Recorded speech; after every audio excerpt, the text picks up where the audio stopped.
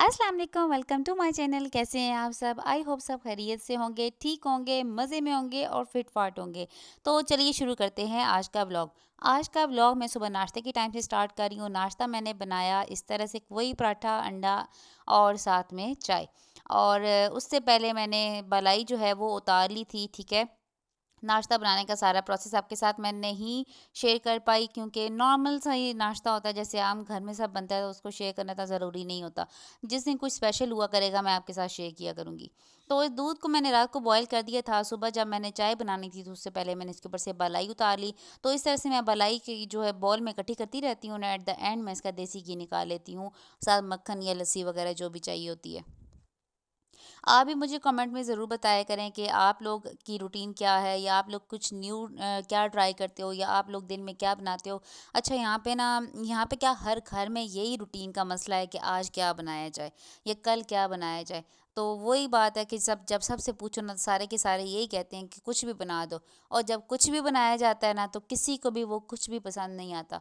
सही बात है। और कभी कुछ भी कोई डिश होती ना, तो आई विश कि मैं वो भी बना सकती होती, बट यही बात है कि कुछ भी नाम से कोई डिश नहीं है।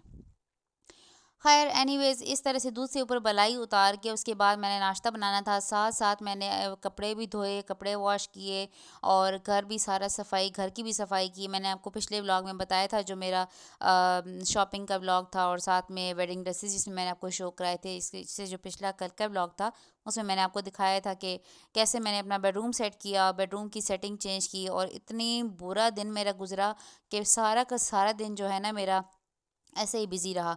और सर्दियों के कपड़े वगैरह समेटे थे, उस व्लॉग में मैंने आपको दिखाया था। ख़ैर ये मैं नाश्ता बना रही थी, यहाँ पे मैंने चाय के लिए भी दूध अलग निकाल लिया था। और उसके बाद जो है मैं ढक्कन, मुझे नज़र आया ना ढक्कन के ऊपर कुछ है, जैसे वो छोटा सा कीड़ा जो होता है, चींटी वगैरह जो होती है, वो थी। तो फिर मैंने हल्का सा उसको साइड पे उठा के फिर रख दिया। आज मैंने दिन में बनाना था बीफ का सालन, और वो भी मैं बीफ निकाल के साइड पे रख रही थी और नाश्ता बनाने से पहले। अच्छा, मैं आपको एक ट्रिक बताती हूँ अंडा बनाने का। मतलब शायद आप सबको पता ही हो, इतना कॉमन सा है। आपकी जो मिर्चें या जो नमक है ना, वो गुठलियाँ बन जाता होगा अंडे के अंदर जब आप अंडा डालते होंगे। तो इसमें आप अगर जस्ट 1-2 कतरे पानी के डाल लें, उसको अच्छे से मिक्स कर लें, और उसके बाद इसमें अंडा डाल लें ना, तो अंडा इतना परफेक्ट तरीके से स्पाइसेस ऐड होते हैं ना अंडे के अंदर, कि आपको फ़ील ही नहीं होगा कि ये इसके अंदर गुठलियाँ बन रही हैं। तो कभी-कभार होता है ना, गेस्ट वगैरह आ जाएँ नाश्ते में, या किसी भी पार्टी में, टी पार्टी में, या हाई टी, कुछ भी आप करते हैं, उसमें जब भी आप अंडा वगैरह फ्राई करते हैं ना, तो उसमें ये होता है कि अंडे के अंदर जितने भी स्पाइसेस आप ऐड करते हैं, वेदर वो सॉलिड फॉर्म में हो, लिक्विड फॉर्म में हो, पाउडर फॉर्म में हो, जिस फॉर्म में भी हो ना, वो एक गुठलियाँ सी लम्प सा बन जाता है, ठीक है। तो उनको ख़त्म करने के लिए थोड़ा सा वाटर ऐड कर दिया करें। इससे ये होता है कि जो आपका अंडा है वो अच्छे तरीके से फ्राई होगा, उसके अंदर स्पाइसेस ऐड होंगे। नाश्ता करने के बाद हस्बैंड चले गए तो ऑफिस में कपड़े वॉश करके थोड़ी देर के लिए ऊपर गई थी, छत के ऊपर बैठने के लिए। मुझे बहुत ज़्यादा ठंड लग रही थी, साथ में टॉवल जो थे वो गीले थे, तो उनको भी मैंने ऊपर डालना था। तो कपड़े वगैरह ड्राई हो के मैंने आराम सुकून से नीचे रख लिए थे। उसके बाद मैं आराम सुकून से खुद खाना शाना खाने से पहले चली गई थी छत पे, और थोड़ी सी धूप लगवाने के लिए, क्योंकि सर्दी बहुत ज़्यादा हो रही है अब। और इस बार तो सर्दियाँ इतनी जल्दी आ गई हैं ना, कि मैं ये सोच रही हूँ कि अब सर्दियाँ ख़त्म होने में कितना टाइम लगेगा। ऑलमोस्ट 4 महीने तो लगेंगे मेरे ख़्याल से सर्दियों को। तो ये देखें कितना प्यारा सा मज़े का मौसम था। और हमने इस बार सोलर पैनल भी साफ़ किए थे ना, तो सोलर पैनल की लुक भी बहुत मज़े की आ रही थी, वैसे साफ़ सुथरे हुए थे। तो मैं आपको अपना बेडरूम शो करवाती हूँ कि मैंने कैसे बेडरूम को साफ़ किया, इतनी मेहनत से पूरा दिन लगा के कैसे मैंने साफ़ किया था ना। उफ़ अल्लाह, जिस जिस घर में कारपेट है ना, उनको पता होगा कि कितना आसान है और कितना मुश्किल है। पहले वैक्यूम करो कारपेट को, उसके बाद फिर सारे सामान को सेट करो, इज़न्ट दैट ईज़ी। तो मैंने डाइनिंग टेबल वहाँ पे रखा हुआ था जहाँ पहले मेरा बेड पड़ा हुआ है, ठीक है।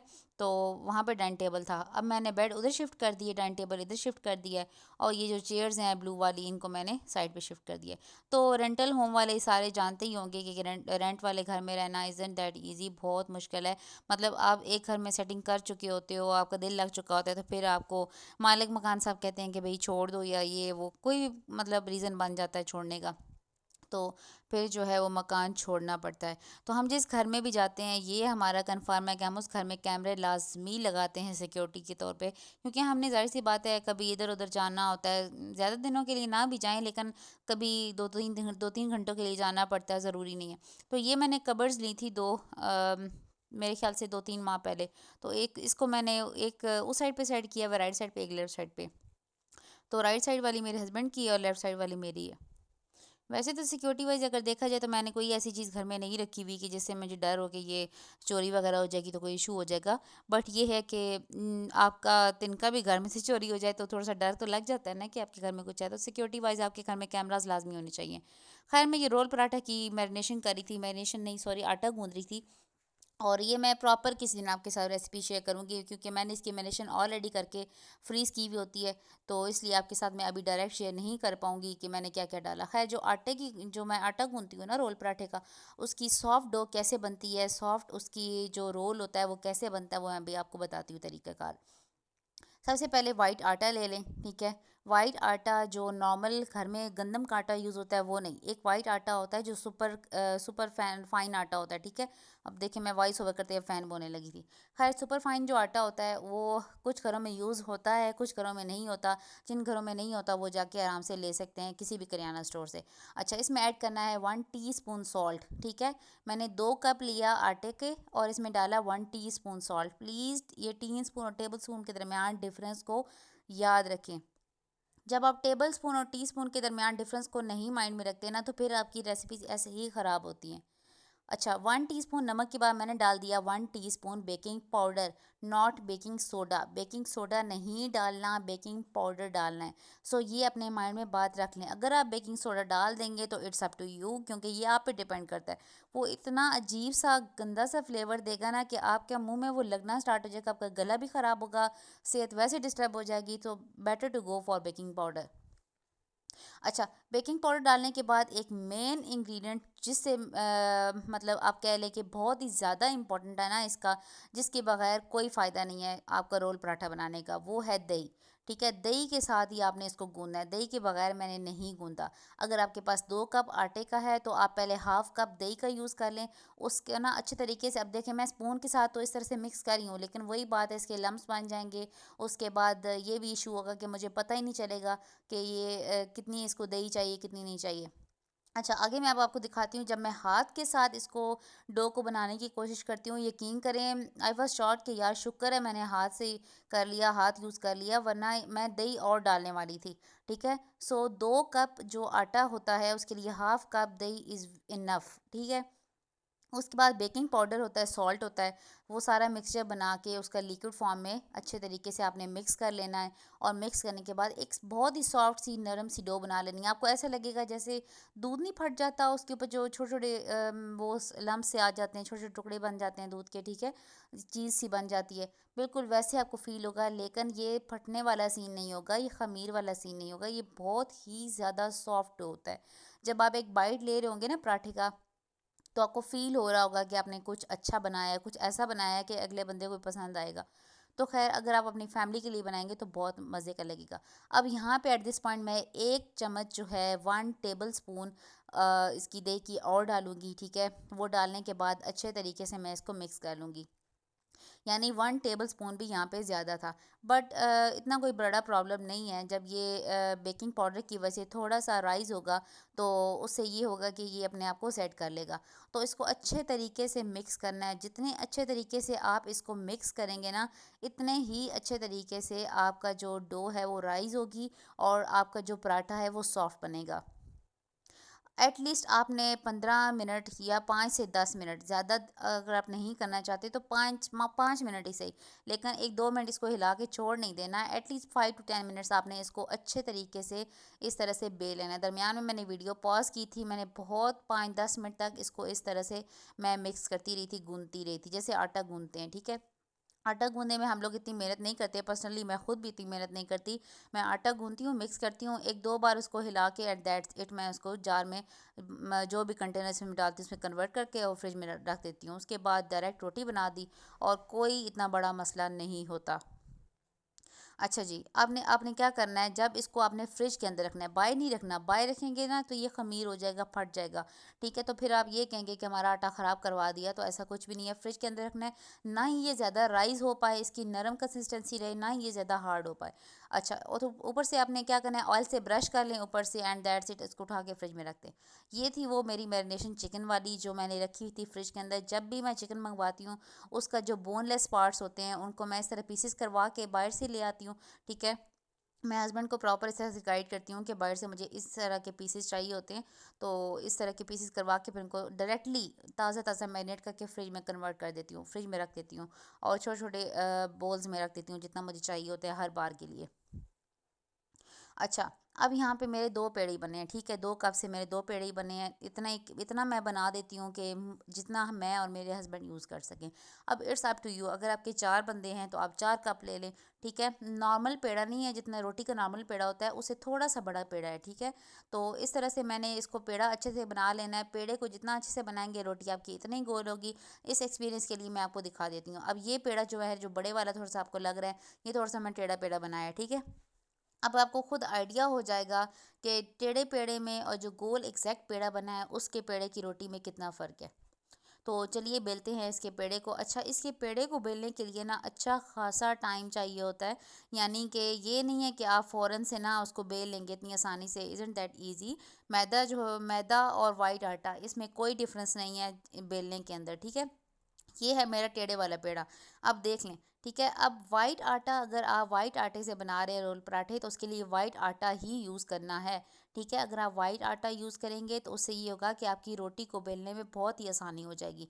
अगर आप वाइट आटा यूज़ कर रहे हैं, उसको गंदम वाले आटे से बेल रहे हैं या मैदे से बेल रहे हैं, तो फिर ज़ाहिर सी बात है वो आटा अंदर से एब्जॉर्ब तो करेगा ना कुछ उसके अंदर लिक्विड फॉर्म में चीज़। तो ये भी कुछ सोचा करें, जब कुछ चीज़ बनानी हो ना तो उसके सारे के सारे जितने भी चीज़ें होती हैं ना गलत सही, उसके बारे में सोचा करें। तो चलिए निकाल लेते हैं बटर पेपर। बटर पेपर मैंने इस तरह से ना, जो रोटी वाला रुमाल होता है उसके अंदर लपेट के मैंने फ्रिज में रखे हुए होते हैं। वो इसलिए रखे हुए होते हैं क्योंकि इसका जो ऑयल है ना, ऐसे डायरेक्ट रख देंगे ना फजूल में, मतलब बगैर कवर किए, तो इसका जो ऑयल है वो रिलीज़ हो जाएगा और सारा के सारे ख़राब हो जाएंगे। तो बेटर इट इज़ कि आप इसको कवर करके रखें। बेशक मैं मानती हूँ कि जो उसका रुमाल होगा, जो कपड़ा होगा, वो इसके ऑयल को एब्जॉर्ब कर रहा होगा, बट ये है कि कम से कम उसको बाहर से जितना भी क्या कह सकते हैं आप उसको, कि नमी जो होती है वो इस तक पहुंचने नहीं देती। अच्छा, अब मैंने क्या किया, ये आपको मैं दिखा रही थी, मैंने इसके अंदर गार्लिक मेयो सॉस और साथ में इसके अंदर चिली गार्लिक सॉस जो होती है टोमेटो केचप वाली, वो वाली मैंने इसके अंदर डाल के इसको अच्छे से मिक्स कर लिया, और एक प्याज मैंने काट के इसके अंदर डाला था। अच्छा, मैं इसकी सिंपल जो प्लेन मतलब एक कंप्लीट रेसिपी है ना, वो आपके साथ किसी दिन अलग शेयर करूँगी, एक अलग व्लॉग के अंदर। उसमें कोई व्लॉगिंग नहीं होगी, जस्ट रेसिपी होगी। अच्छा, अब रोल पराठा बनाने का तरीका मैं आपको यहाँ पे बता देती हूँ। अच्छा, ये देखें कितना मज़े का मैंने पेड़ा जो दूसरा गोल बनाया था, कितने मज़े की इसकी गोल रोटी बनी है ना। इसके बाद मैं आपको दूसरा दिखा दूँगी। ये वाली जो साइड है ना, इसको अच्छे तरीके से बंद करनी है। जो जो साइड आपने नीचे रखनी है, ताकि नीचे से उसकी सॉस आपके ऊपर ना टपके, और वो इतना गंद गंद बनता है ना कपड़ों के ऊपर और हाथ के ऊपर, मुझे तो ये चीज़ें ना इसीलिए पसंद नहीं है ज़्यादा, ठीक है। अच्छा, ख़ैर आपने क्या करना है, इस तरह से रैप कर लेना है बटर पेपर के अंदर, जिस तरह से बाज़ार में मार्केट के अंदर आपको मिलती है, ठीक है। और ये अच्छे ख़ासे गरम थे। गरमा गरम रोल पराठे सर्व करेंगे ना तो मज़ा भी आएगा खाने में।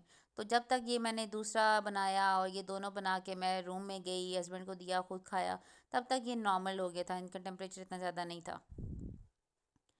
और ये इतने यमी थे, इतने टेस्टी थे रोल पराठास, कि आपको किसी और चीज़ की इसके बाद ज़रूरत नहीं है, मतलब ये कहने की। अच्छा, ये देखिए मेरे टेढ़े वाला पेड़ा, ठीक है। सो एक्सपीरियंस कर लें इस बात को कि अगर आप इतनी मेहनत कर ही रहे हैं तो अपने पेड़े पे थोड़ा सा फोकस कर लें। ज़ाहिर ठीक है, आपने फोल्ड करना है, ठीक है। अब यहाँ पे मैंने आपको दिखाने के लिए पेड़ा अपना टेढ़ा ही मेढ़ा किया है, लेकिन ये बात है कि मैं मानती हूँ उस चीज़ को कि आपने फ़ोल्ड करना है, ठीक है। आप कर सकते हैं, वैसे भी फ़ोल्ड करना है, टेढ़ा हो जाए तो कितना कोई बड़ी बात नहीं है। अच्छा, इस सॉस को एक साइड पे फैलाना है, ठीक है, एक साइड पे, दरमियान में नहीं फैलाना, वरना जो रोल पराठा है ना उसको आप रोल नहीं कर सकेंगे। इट्स अप टू यू, जहाँ पे आपको जितना ईजी लगे। अच्छा, अब मैं आपको बताती हूँ उसको फ़ोल्ड कैसे किया जाता है। एक साइड को अंदर की तरफ फ़ोल्ड करें और पिछली साइड को, ठीक है, इस तरह से रोल करते हुए आगे की तरफ आते जाएं। ये मत परेशान हो कि ये जो मसाला है ये बाहर निकल रहा है, ये नहीं निकलेगा, जब तक आप एंड तक पहुँचेंगे ना ये अंदर चला जाएगा। ये देखें ऐसे, ठीक है। अब आपने क्या करना है, अच्छे तरीके से इसका जो बटर पेपर है उसको अच्छे तरीके से फ़ोल्ड करते जाना है, ठीक है। फ़ोल्ड करते हुए ये साइड से इस तरह से आपने जैसे टॉफ़ी की जो नहीं होती साइड, इस तरह से उसको फ़ोल्ड करके उसके अंदर डाल देना है और जो खाने वाला होगा वो इस तरह से खा लेगा। ये देखें कितना मज़े का, जूसी और कितना माउथ वाटरिंग लग रहा है। ये बहुत ही ज़्यादा टेस्टी था। अच्छा, आप कहेंगे ये नीचे मैंने रुमाल क्यों बिछाया हुआ है? ये भी मैं आपको बताती हूँ तरीका।